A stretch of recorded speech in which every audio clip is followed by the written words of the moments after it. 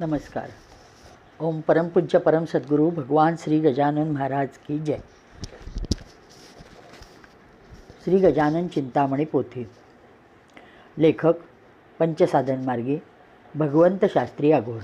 वाचन पंचसाधन मार्गी मेधा दाते. अध्याय 20. जाताच श्रींच्या चरणाशी दर्शन मिळाले पहा मजसी. वंदून श्रींना चित्तासे परमानंद झाला. उन्हात श्रींचा मुक्काम झाला. जयवंतराव मोंडकरांनी घेतला. शिवलीलामृत ग्रंथ धरला श्रींच्या समोर पहाटे. श्रींचे पठण चालले. जयवंतरांचे लक्ष वेधले. वक्षस्थलाकडे गेले. श्रींच्या सहज पहा की श्रींनी बाणगंगेवर स्थापिले शिवलिंग जे सुंदर तेच श्रींच्या वक्षस्थलावर दिसू लागले स्पष्ट की. सुवर्ण कांतिमय ते बनून त्या दिव्य शिवलिंगातून यज्ञकुंडातील अग्नी जाणं प्रदीप्त होऊ लागला. गंगाधर पाटील सोलापूरचे भक्त असती पहा श्रींचे. श्रींच्या कृपेने पाटीलांचे जीवन सारे बदलले.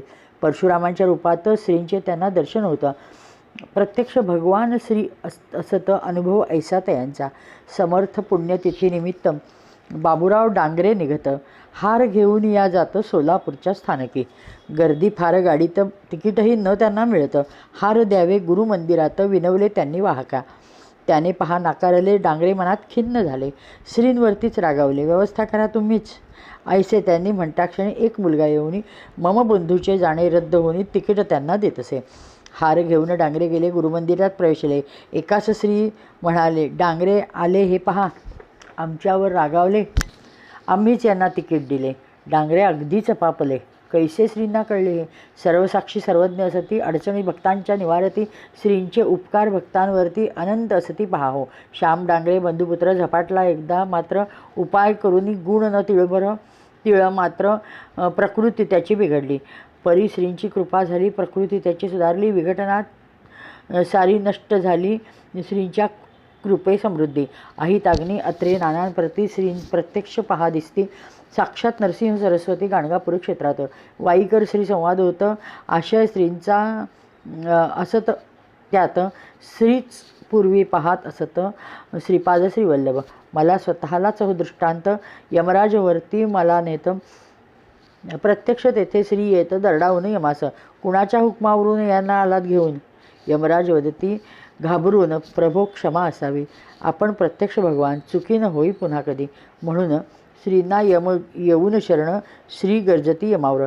पुन्हा आमच्या आज्ञेविना आणू नका पहा यांना. श्री चरित्र ग्रंथ लेखना यांना असे करणे ते. श्रींनी मला यमापासून आणले पहा सोडवणं. प्रदीर्घ दृष्टांत हा असून सारथ्य निवडले. खाजगी एका संकटात प्रापंचिक अशा बाबतीत मी अगदी अडकून पडत.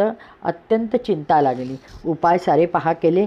दैवी उपाय आचरले. उग्र स्वरूप धारण केले. संकटाने पहा अर्थानिशी मी बाणानिशी धोका. संकटात मजसी हुरहुर लागली मजसी. काय करावे कळेना.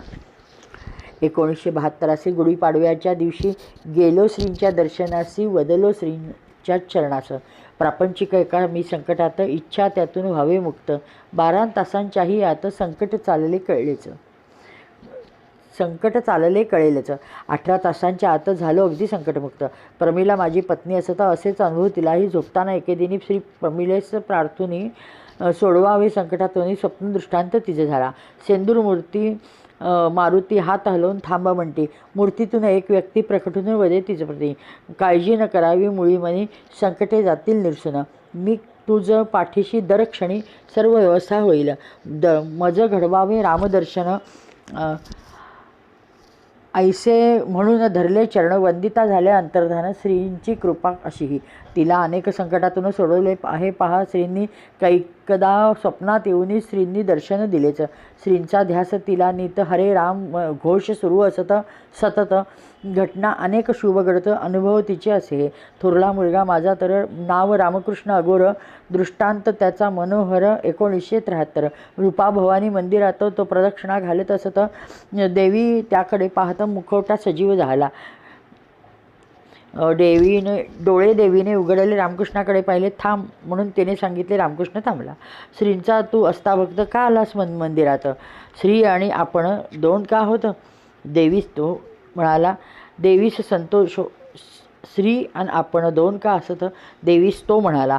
देवीस संतोष वाटला, खरा चेहरा गुप्त झाला. परत मुखवटा तेथे आला. दृष्टांत मार्मिक मज वाटे. माझ्या धाकट्या मुलाचे वय अवघे 6 वर्षाचे. नाव नरहरी असे त्याचे. दृष्टांत त्याला झाला. गाडीतून श्री उतरले. नरहरीने श्रीस वंदन केले. नंतर स्वामी समर्थ आले. उभे राहिले श्रीमागे. त्याने साष्टांग केला नमस्कार. समर्थ करीत वरद कर. शाब्बास ऐसा उद्गार समर्थाने काढला.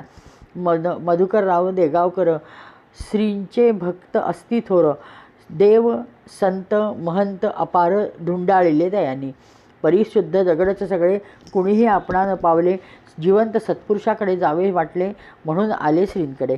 संकटे परिहाले नात. तेव्हा श्री ते म्हणत, देव सगळे दगड असत, आपणही तसेच आहात. श्री यावर त्यांना वदत, दगडन मी असे जिवंत. रिकामी ओंजळ श्री सोडित फुले पडली सुगंधी. तेव्हापासून पहा सतत देगावकरांचा उत्कर्ष होता. आर्थिक परमार्थिक संपन्नते जाहले. एकदा त्यांना दृष्टांत होतं. धिप्पाड काळा पुरुष ते ये खोलीत. तोच श्री उभे दारात. श्रींनी त्याला हाकलले. एकदा त्यांना दृष्टांत झाला. देगावकर गेले अमेरिकेला धर्मप्रचार करण्याला श्रींच्या तत्त्वज्ञानाचा. अमेरिकेचे नागरिकत्व लगेच त्यांना तेथे मिळतं. बिनविरोध ते निवडून येतं राष्ट्राध्यक्ष. अमेरिकेतून चतुर्थीला विमानातून अक्कलकोटला देगावकर येत श्री दर्शनाला राजेशाही थाटात. 25 तांदळांची पोती, तुपाचे डबे अनेक असती अशा थाटासह ते येते गुरुमंदिरासमोर. मातोश्री शारदाबाईंनी प्रत्यक्ष पहा श्रींनी कुंकुम तिलक त्यांना लावून ओवाळले दोघांनी. अमेरिकेचे अध्यक्ष अक्कलकोटास येतात. समक्ष चतुर्थीस श्री दर्शन प्रत्यक्ष घ्यावया कळले सर्वत्र. श्री प्रभावे आकर्षण अनेक राष्ट्रातून महान. लोक येत श्री क्षेत्री जाण गर्दी चतुर्थीस वाढली. पंडितराव कुलकर्णी श्रीभक्त पत्नी ताराबाईस होतं. व्याधी उपाय करून न शमत त्रस्त झाले अत्यंत. श्रींची पाद्यपूजा ते करीत. तेव्हापासून व्याधी जातं. दिलीप पौत्राची मौंज राहत आर्थिक परिस्थितीमुळे.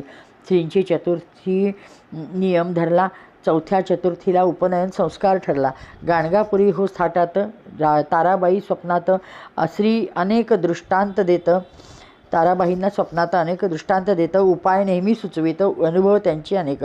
जर्मनीत कांगा श्रींचे भक्त एका पहा अपघातात खटला त्यांच्यावरती होतं. तारखे दिवशी तळते. न्यायालयात ते येऊन श्रींचे केले सुरू स्मरण. ते तुम्ही येथेच राहा बसून, हलू नका मुळीच. स्पष्ट श्रींचा आवाज येतं. परी श्री न दिसत. न्यायाधीश नंतर येतं. कांगा तसेच बसलेले. पाहता ते न्यायाधीशांनी हा वेडा असावा म्हणून त्यांना दिले सोडून कांगा सुटले निर्दोष. रत्नाकर नरगुंदकर पाहिले त्यांनी सत्पुरुष फार. शेवटी श्रींच्याकडे आले स्थिर. निर्विकल्प समाधी अनुभवली. चिंतेने 15 दिवस त्यांना झोपेविना होत यातना. तेव्हा करता श्रींच्या स्मरणात डोळा थोडा लागला. तोच स्वप्नात श्री येऊन हात फिरवला अंगावरून. 6 तास झोप लागून परमानंद झाला. एकदा श्री चरणास सूज येत. तेव्हा श्री काहीच वदत, जर सूज घेईल कोणी भक्त, सूज माझी उतरेल. नरगुंदकरांनी ती स्वीकारली. सूज श्रींची उतरली. अशीच कथा विस्तृत झाली स्वामी रामदासांची.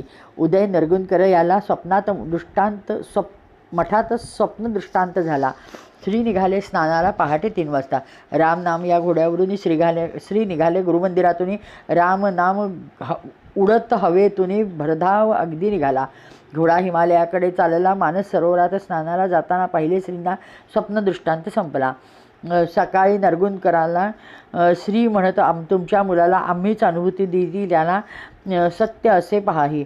बापडबाईंचा दृष्टांत. एका सुंदरशा मळ्यात श्री बाकावरती बसत. मागे त्यांच्या उभे ते गजानन महाराज शेगावचे. श्री म्हणती पहा वाचे, आम्ही दोघे एकच साचे. मीच होतो त्यावेळी त्या भूमीचा उद्धार करण्यात तो अवतार आमचा. यावेळी या धरणीचा उद्धार करण्या अवतार हा. तेथे होती विहीर, एक विहीर. तीत पाणी खोल फार. सळसळून जल येईवर विहीर भरूनी वाहत असे. जल आले श्रीचरणाचे चरणस्पर्श होता त्याची ओसरू लागले चट दिशी पूर्ववत विहीर झाले. सिद्धाजी होळकरांनी पुस्तक वाचण्यास श्रींपासून घेतले ते वाचून श्रींना परत दिलेच. पुस्तक घेऊन जाणाऱ्यात वाचून परत करणाऱ्यात तुम्हीच पहिले आहात श्री त्यांना म्हणाले. मठातील ग्रंथसंग्रहाची व्यवस्था सर्व पाहावयाची तेव्हापासून होळकरांची निवड त्यावर झाली. श्रींचा सतत सहवास लाभला होळकरांस. पारमार्थिक विकास होऊ लागला प्रतिदिन. पोटशूल अनेक वर्षांचा असत. होळकर अगदी त्रस्त होतं.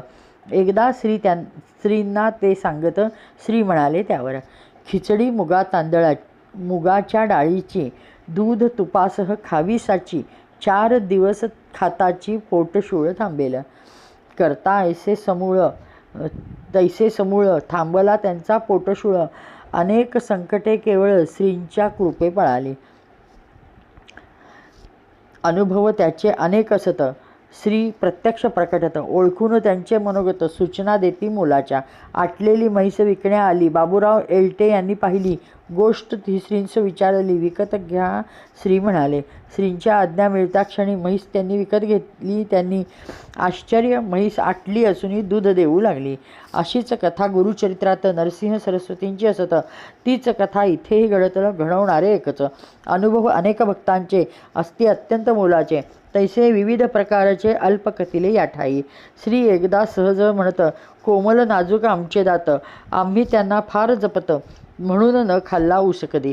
ज्या दातांनी आयुष्यभर संगत केली निरंतर, कधी न त्यांना पाडणार, पडतील तेव्हा पडत. निखळेल जेव्हा पहिला दात जगन्नाथपुरीच्या समुद्रात, टाकावयाचा तो असत. दुसरा सोमनाथ सागरी, तिसरा रामेश्वर समुद्रात, चौथा हरिद्वार सागरात. योजना श्रींची अशी असत. पहिला दात निखळला. 1970 गुरुप्रतिपदा रविवार 1:15 वाजता दुपार आपण होऊन निखळला. पुढे दुसरा दात निखळत. श्रींचे हे दोन्ही दात ठेविले चांदीच्या करंडकात. त्या सागरी टाकण्यास ज्येष्ठ शुद्धाष्टमी शुक्रवार सन 1973 रामरामाश्रम सुंदर वास्तुशांत झाली. वास्तू ही गुरुमंदिरात बांधली अगदी अद्ययावत. रामरामाश्रम नाव असत असे अश्वत्था समीप. रामरामाश्रमासमीप खोदलं एक नलिका कूप. पाणी येतसे आपोआप जलोच्छारक यंत्राने. रामगंगा निर्माण झाली. रामरामाश्रम थाटात रामपाद येथे वसत भार्गव त्रिवेणी संगम. श्रींचे वंदुनिया चरण संतोषले मम पंचप्राण. येथे संपले लिखाण अध्यायाचे 20व्या. अध्याय 20वा समाप्त. श्रीकृष्णार्पणमस्तु.